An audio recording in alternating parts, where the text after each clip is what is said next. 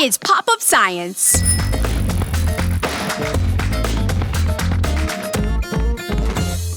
The fun thing about science, you can find it in the most unexpected places, like the park. Let's swing into physical science. A swing is like a pendulum. When I push you up, gravity pulls you back down. Up and down. Up and down. The longer the string, the slower the swing. A shorter string, a faster swing. Here we go. Ah! It's slippery. Well, how can you slow yourself down?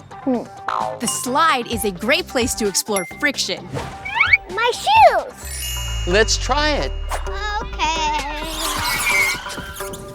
It worked. That's friction. So fast they go.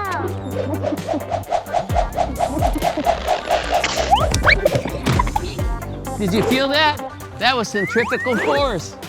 Centrifugal force pushes things away from the center of a spinning object. Incredible! Check out science at a park near you.